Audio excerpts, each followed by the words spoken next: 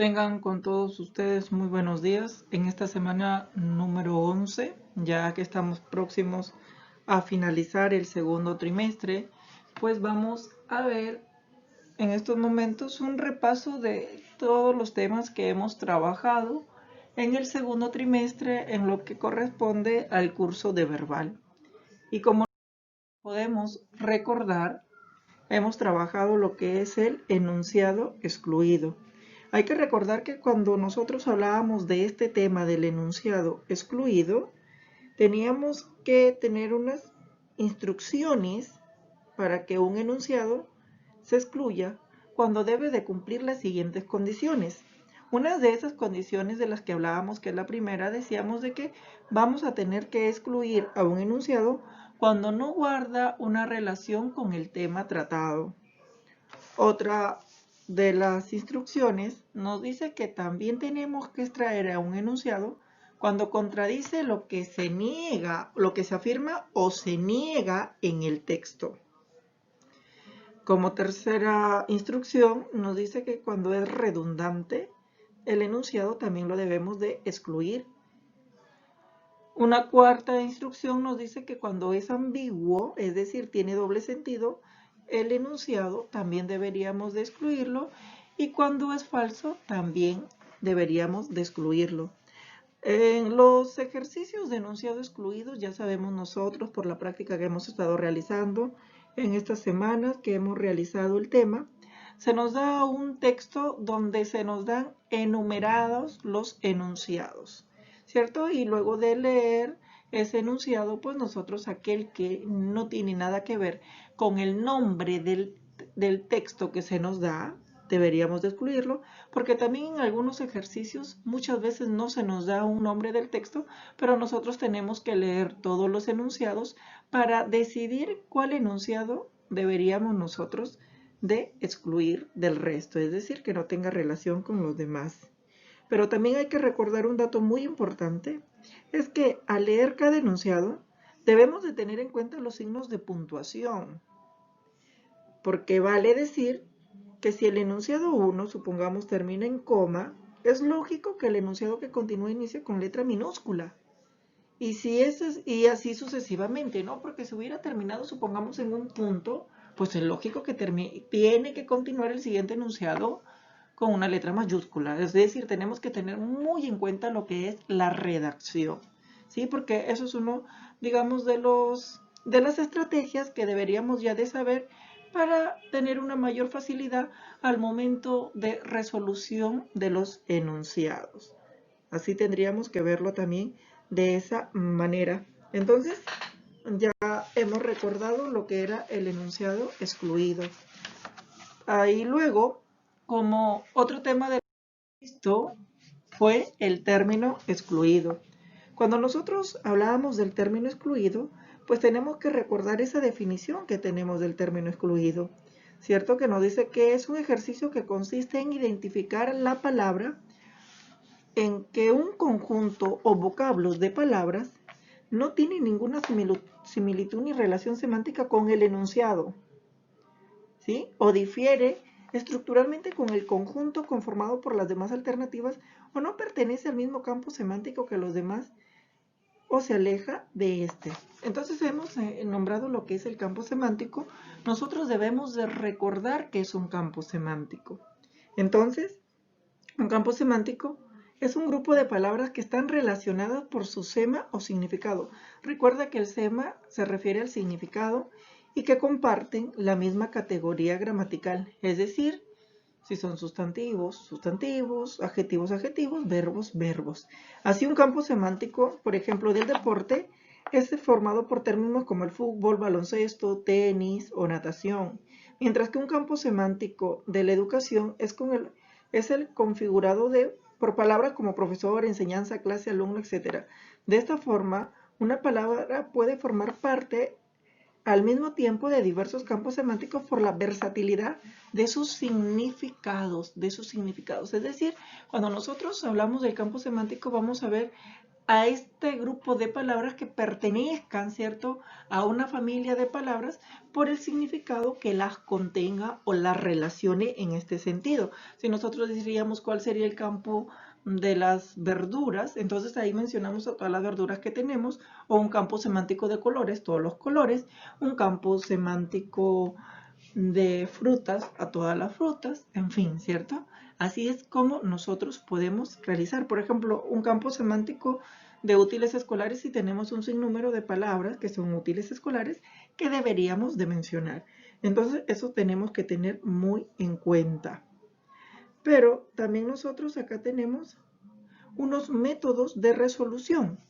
Y el primer método de resolución para el campo semántico, ¿cierto?, es lo siguiente. Por ejemplo, hallar el significado de la premisa y las alternativas. Es decir, ¿cierto? Después de haber visto el campo semántico, otra de los métodos que me permiten, digamos, realizar correctamente estos ejercicios de término excluido es hallar el significado de las premisas y alternativas. El segundo método nos dice de que hay que determinar las relaciones semánticas entre los términos del ejercicio, ¿cierto? Las relaciones semánticas. Y como tercer método nos dice que debemos de excluir al término que no presente una relación semántica común hallada entre las otras palabras. Es decir, cuando nosotros hablamos de un término excluido, aquel término excluido ya no nos dan enunciados, ya no son oraciones enumeradas, sino nos dan una premisa como palabra base y nos dan unas alternativas. Y nosotros debemos de ver con cuál no guarda relación, o también como en unos ejercicios, como veíamos en el término, en el enunciado excluido, es que cuando a veces no se nos daba un nombre en el texto, en estos ejercicios de enunciado excluido suelen haber ejercicios en el que no tenemos una premisa o una palabra base y simplemente se nos dan las alternativas. Y lo que nosotros tenemos que hacer es ver qué relación comparten las alternativas, y una de ellas pues es lógico que no debería de compartir ninguna relación con el resto de alternativas para nosotros decir de que deberíamos de excluir a dicho enunciado que no guarde relación. Entonces, esos son los métodos de resolución de lo que es el término excluido. Pero también los criterios de solución son los siguientes. Los podemos hacer por sinonimia, es decir, excluimos al término que no es sinónimo de los demás, por antonimia, de afinidad semántica, de género a especie, de congenialidad, de causalidad, de relación múltiple, de idea contenida en las otras, de todo parte, del ejemplo o aplicación específica, de jerarquía, intensidad o diferencia de grado, por diferencia de acepción, etcétera, ¿cierto? Entonces, todos estos pasos deberíamos de tener en cuenta para realizar correctamente los ejercicios del término excluido. Luego hemos visto también como tema a lo que es la sinonimia, y hay que recordar que la sinonimia o la palabra sinónimos, si vemos su etimología, proviene de las dos voces griegas sin, que significa un mismo o conforme a, y onoma, nombre, ¿cierto? Por lo tanto, da como resultado sinónimo, que significa conformidad de nombres. Y la definición que nos da la Real Academia de la Lengua Española acerca de la sinonimia nos dice que es dicho de una palabra o de una expresión que respecto de otra tiene el mismo significado o muy parecido. Es decir, mismo significado o muy parecido. No estamos diciendo de que es el significado iguales o absolutos en todas las palabras o ejercicios que desarrollamos de sinonimia. Muy parecido, ¿cierto? Y el mismo significado o muy parecido, nos dice la definición de la Real Academia. Pero nosotros también tenemos objetivos en lo que es la sinonimia. Como primer objetivo tenemos afianzar la capacidad de abstracción. Como segundo objetivo tenemos contribuir al uso fluido y pertinente de palabras. Y como tercer objetivo tenemos acrecentar el bagaje cultural a través del dominio léxico. Entonces aquí también nosotros teníamos criterios de solución, ¿cierto? Y cuando nosotros hablábamos de los criterios de solución, hay que recordar que si dos o más palabras solo pueden ser sinónimos y pertenecen a la misma categoría gramatical. Es decir, Si nos dan como premisa o palabra base un verbo, tengo que responder como un verbo, un adjetivo con un adjetivo o sustantivo con un sustantivo. El segundo criterio nos dice que los términos deben compartir los mismos accidentes gramaticales, es decir, deben estar en la misma conjugación, tiempo, persona, número, género, en fin, cuando se nos dé como premisa, por supuesto, un verbo. Que también las palabras deben corresponder a la misma lengua y al mismo nivel. Y por último nos dice si existe una alternativa posible de sinónimos relativo y un sinónimo absoluto, se debe elegir como respuesta al vocablo más semejante, es decir, al sinónimo absoluto. Luego tenemos los métodos o procedimientos para la resolución de sinónimos. Y cuando nosotros hablamos de estos métodos de procedimientos para la resolución de sinónimos, tenemos los siguientes. 1, por dominio de vocabulario. El 2, por el método de descarte. 3, por el método objetivo. ¿Cierto? 4, tenemos por etimología. Por etimología.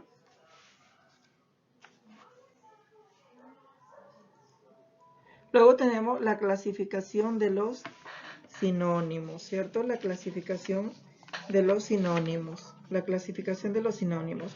Cuando nosotros hablamos de esta clasificación de los sinónimos, hablamos de los siguientes. Los sinónimos totales, absolutos y directos. Es decir, estos sinónimos totales, absolutos o directos se da cuando dos términos son siempre totalmente intercambiables en toda situación oracional o en un mismo contexto. Es decir, podemos usar el término u otro término en cualquier contexto sin que se produzca ninguna alteración en el significado.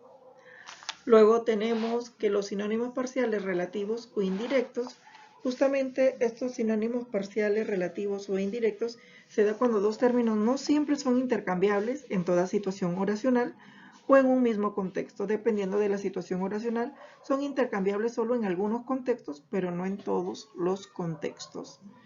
Tenemos luego que los sinónimos lexicales, ¿cierto?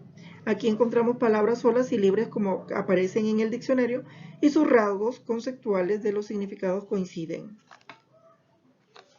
Luego tenemos a los sinónimos contextuales. Cuando nosotros hablamos de sinónimos contextuales, son las palabras que aparecen dentro de un enunciado oracional o en una frase o significado equivalente, depende del contexto en el que se emplea la palabra.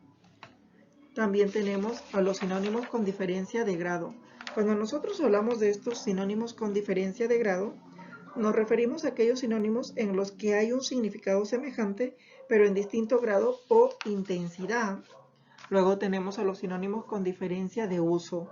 Cuando hablamos de aquellos sinónimos con diferencia de uso, son aquellos sinónimos que tienen significados semejantes, pero que en su manejo cotidiano tienen aplicaciones diferentes o tienen diferencias importantes aunque sirvan para lo mismo. Aquí entonces se elegirá usar uno u otro según quién sea el receptor o de acuerdo con la situación en la que nos encontremos. Luego tenemos a los sinónimos eufemísticos. Y estos sinónimos eufemísticos son palabras que reemplazan aquellas cuya expresión es dura, cruda, vulgar y malsonante, y que por tanto producen connotaciones negativas. Estas palabras tratan de darle una forma más suave, educada y menos ofensiva a la expresión. Y por último tenemos a la sinonimia a través de expresiones.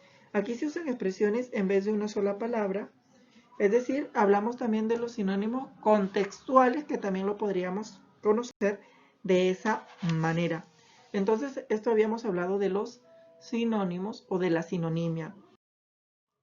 Luego, hemos hablado de la antonimia. Y cuando nosotros hablamos de la antonimia, también hay que recordar lo siguiente. Es decir, hay que recordar su etimología, que proviene de las voces griegas an, que significa opuesto o contrario, onoma, nombre, ¿cierto? Opuesto que da como resultado antónimo y que significaría de nombres opuestos.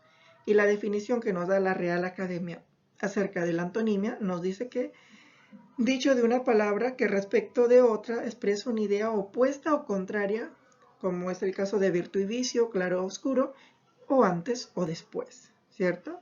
También aquí nosotros hemos visto unos objetivos de la antonimia, como son afianzar la capacidad de abstracción, lograr mayor precisión en el manejo de las palabras, predisponer la mente para el estudio, conocer una variedad más amplia de palabras que podemos utilizar diario, ¿cierto? Y también tenemos acá nosotros nuestros métodos de resolución de antónimos. Tenemos el primer método, definir con sumo cuidado y precisión el significado de la premisa o palabra base. Como segundo método tenemos idear 2 o 3 términos con significado opuesto. Como tercero tenemos elegir entre las alternativas aquella que mejor se oponga de la premisa y sobre todo que pertenezca a la misma categoría gramatical y que sea la más opuesta. Es decir, preferir la antonimia absoluta antes que la relativa, ¿cierto? Lo más absoluto, lo más contrario que sea. Luego tenemos también la clasificación de los sinónimos y tenemos la primera clasificación por el grado de oposición semántica. Y aquí por el grado de oposición semántica tenemos a los antónimos totales absolutos o directos y a los antónimos parciales relativos o indirectos. Por la forma tenemos a los antónimos morfológicos y a los antónimos lexicales. Por el significado tenemos a los antónimos extremos o con diferencia de grado. También tenemos a los antónimos excluyentes, a los antónimos inversos y a los antónimos contextuales. Entonces, estos son los temas que hemos trabajado en lo que es verbal, en lo que ha consistido el segundo trimestre, y son los temas que ustedes ya deben de afianzar en sus videos tutoriales que se les envía semana tras semana para que tengan todo claro y preciso en el momento de que les toque la evaluación del curso que estamos hablando, en este caso de verbal. Espero realmente que tengan muy buenos resultados en sus exámenes, pero para lograr eso ustedes tienen que estudiar. Nos vemos la próxima semana, se cuidan.